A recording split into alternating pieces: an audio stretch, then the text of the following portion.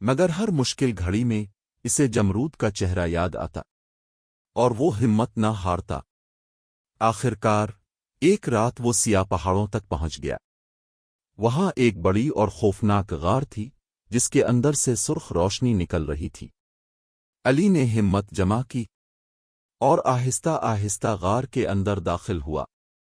اندر ایک دیوہیکل دیو سو رہا تھا اور اس کے قریب وہ جادوئی چراغ رکھا ہوا تھا۔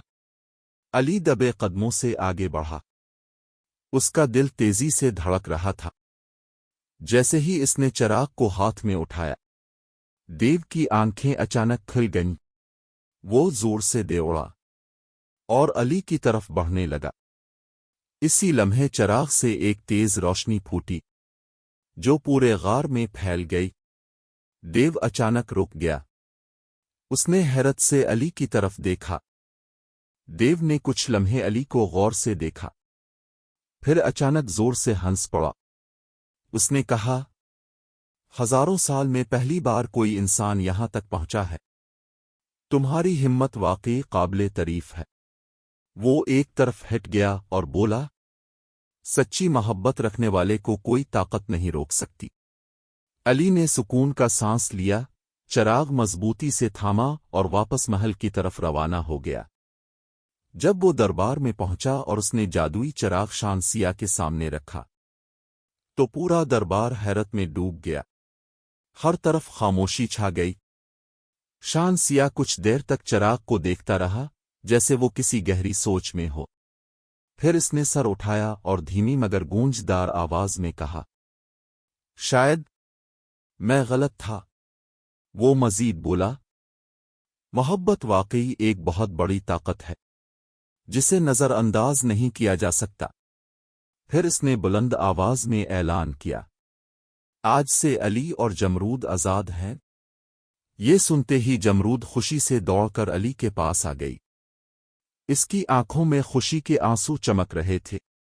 وہ لمحہ ان کی محبت کی جیت کا لمحہ تھا۔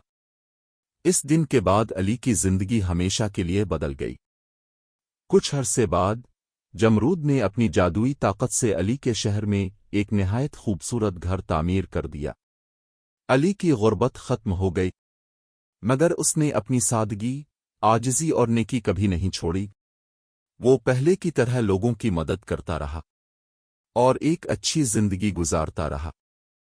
کہتے ہیں کہ آج بھی کبھی کبھی رات کے وقت آسمان پر نیلی روشنی چمکتی ہے۔ لوگ سرگوشی کرتے ہیں کہ وہ جمرود ہے جو اپنے محبوب کے ساتھ زمین اور آسمان کے درمیان کہیں خوشی سے زندگی گزار رہی ہے۔ اور یوں سچی محبت نے ہر خوف، ہر طاقت اور ہر قانون کو شکست دے دی۔